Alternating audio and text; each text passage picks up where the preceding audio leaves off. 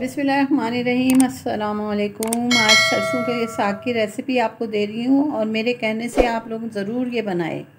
इतनी मज़े का ये साग बनता है ना कि इसका जवाब नहीं है। तो ये जनाब 1 किलो सरसों का साग था, जिसे इस तरह बारीक काट के और मैंने पानी डाल के इसको उबलने के लिए रखा है।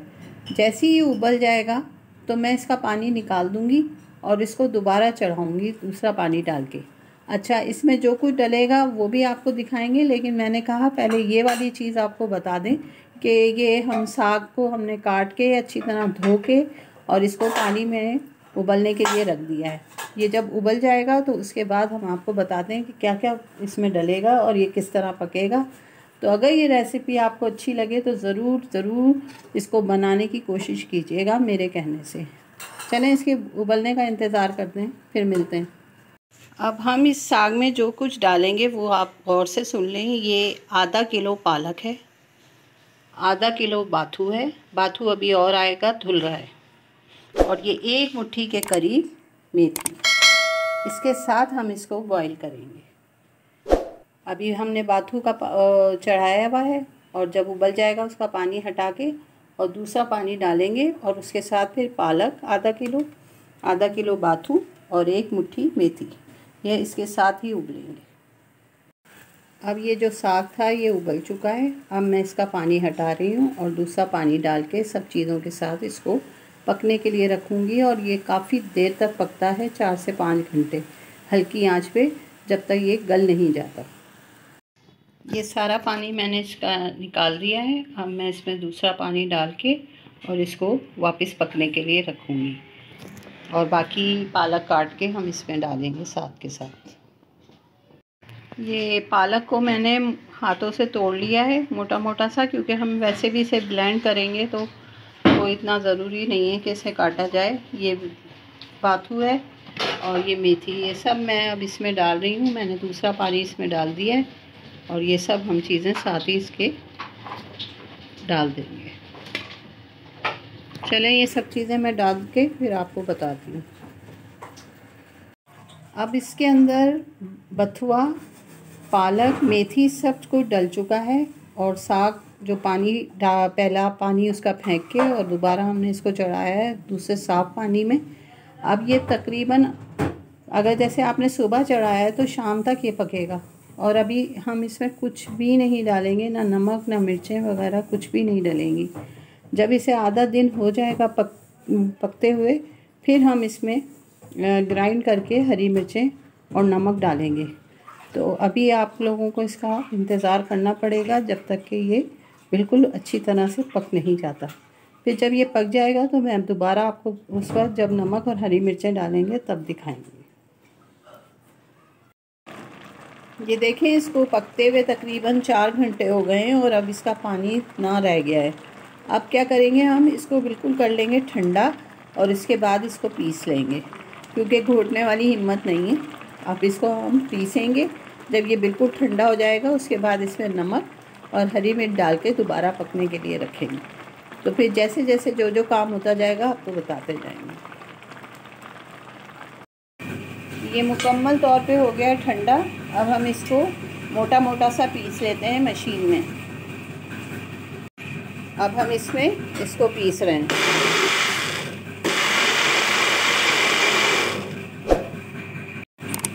ये देखें, इस तरह से इसको पीस लिया है।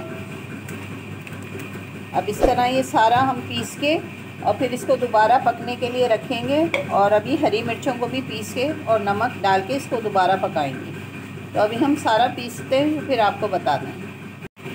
ये देखें कितना अच्छा सा ये पिस गया है, मोटा मोटा सा। अब इसमें डालेंगी हरी मिर्चें तकरीबन 1 पाव के करीब, वो सारी पीसेंगी वो, और नमक डाल के हम दोबारा इसको पकाएंगे।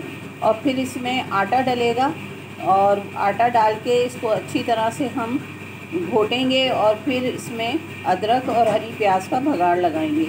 तो जैसे जैसे हम काम करते जाएंगे आपको बताते जाएंगे। अभी मैं हरी मिर्चें पीस रही हूँ, फिर वो भी मैं इसमें ही डालती हूँ। ये हरी मिर्चें ले ली हैं, इनको धो लिया अच्छी तरह से। इसमें ये बारीक वाली भी हैं जो ज़रा तेज़ हैं, इसलिए थोड़ी पाव से कम ली हैं, लेकिन अगर ज़रूरत डलती इसमें तकरीबन पाव ही हरी मिर्चें हैं। तो हम ये आधी आधी करके पीस रहे हैं इनको, फिर इसमें डाल देंगे।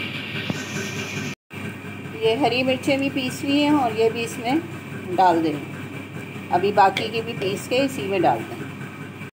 अब हमने इसको वापस चूल्हे पे रख दिया है हरी मिर्चें और नमक डाल के। अब ये धीरे धीरे मज़ीद पकेगा और जब हमें लगेगा कि अब इसमें आटा डालने का वक्त आ गया है तो हम इसमें आटा डालेंगे। अच्छा, आटा इसमें तकरीबन 4 मुट्ठी के करीब डलेगा। ऐसे मुट्ठी में लेके तो 4 मुट्ठी के करीब इसमें आटा डलेगा और खूब इसकी अच्छी तरह कसाई हो जाएगी। फिर इसके बाद हम इसमें अदरक, हरी प्याज का भगाड़ लगाएंगे और खूब सारा हरा धनिया डाल के, मक्खन डाल के इसको खाएंगे। तो इंशाल्लाह जैसे जैसे जो जो काम होता जाएगा आपको दिखाते जाएंगे। बस अभी ये कुछ देर हम पकने के लिए रख रहे हैं, उसके बाद जब आटा डलेगा तब मैं आपको बताऊंगी। मिलते हैं थोड़ी देर के बाद। अब ये पकते हुए 1 से 1.5 घंटा हो गया है। अब इसमें हम आटा, ये जो मैंने आपको बताया था 4 मुट्ठी के करीब था ये आटा, अब इसमें हम थोड़ा थोड़ा करके डाल देंगे और इसको घोटते जाएंगे ताकि इसकी गुठलियाँ नहीं बने। इसको अच्छी तरह से घोटें और अगर मिर्चें या नमक कम लग रहा हो आटा डालने के बाद तो आप और भी डाल सकते हैं।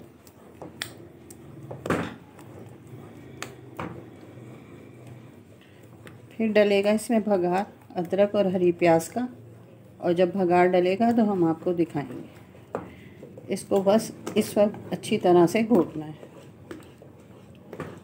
और ज़रा ख्याल से, क्योंकि ये उछलता भी है, फिर गरम गरम हाथ पे लग भी सकता है।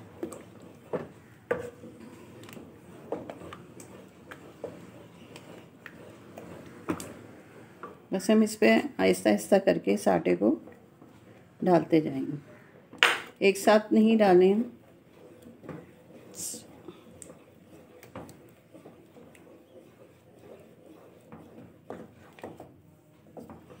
तो कैसी लग रही है आपको साग की ये सादा सी रेसिपी, लेकिन बहुत मज़ेदार। और ये आप ज़रूर बनाइएगा मेरे कहने से, और ये बहुत ही अच्छा बनेगा इंशाल्लाह। और इस पर फिर आप लोग मक्खन वगैरह डाल के मकई की रोटी या चावल की रोटी, बाजरे की रोटी से खाइएगा तो इसका बहुत बहुत मज़ा आएगा। देख लें कितने कम सामान से लेकिन बहुत लजीज और जायकेदार साग तैयार होता है। चलें फिर मिलते हैं हम आपको कुछ देर के बाद, जब भगाड़ लगाएंगे उस वक्त। अभी इसका बस ये घोटने का अमल देख लें कि इसी तरह इसको हमने घोटना है। चले मिलते हैं कुछ देर के बाद।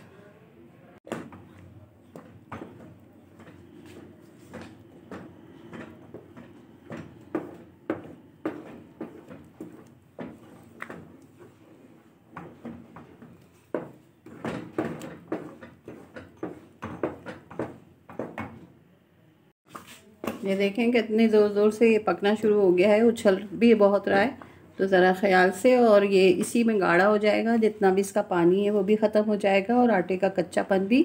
बस फिर इसमें हम लगाएंगे भगार, असली घी का भगार लगेगा, और अदरक और हरी प्याज और डाल के ऊपर से खाया जाएगा मक्खन और खूब सारा हरा धनिया।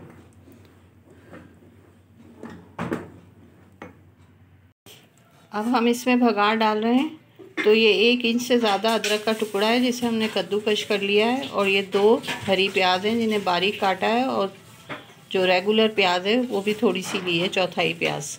और ये है असली घी, ये गरम हो रहा है तो हम पहले इसमें प्याज को डालेंगे। ये प्याज हमने असली घी में डाल दिए और ये अभी फ्राई हो रही है। फिर हम इसमें अदरक डालेंगे और ये हमारा साग तैयार हो चुका है, और अब हम इसमें भगाड़ लगाएंगे। अब हम इसमें डाल रहे हैं अदरक। जब ये बन जाएगा और ये भगाड़ इसमें अच्छी तरह मिक्स करेंगे, ऊपर से डालेंगे हरा धनिया। बस 2 मिनट इसको हमने कुक करना है। अब ये भगाड़ बिल्कुल तैयार हो गया और अब इसमें भगाड़ लगा रहे हैं। बिस्मिल्लाहिर्रहमानिर्रहीम।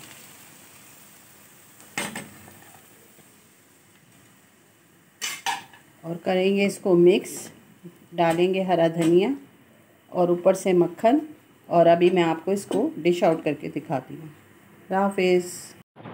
ये बन गया है साग सरसों का, और बहुत मज़े का बना है। मुझे उम्मीद है कि आपको ये रेसिपी अच्छी लगेगी और बहुत ही कम सामान से लेकिन बहुत ही मज़े का ये साग बना है। तो इंशाल्लाह आपको ये रेसिपी अच्छी लगेगी। अगर अच्छी लगे तो लाइक शेयर और सब्सक्राइब कर दीजिएगा और दुआओं में याद रखिएगा। और मेरे कहने से एक बार ज़रूर इस रेसिपी को ट्राई करें और इन्जॉय करें। शुक्रिया।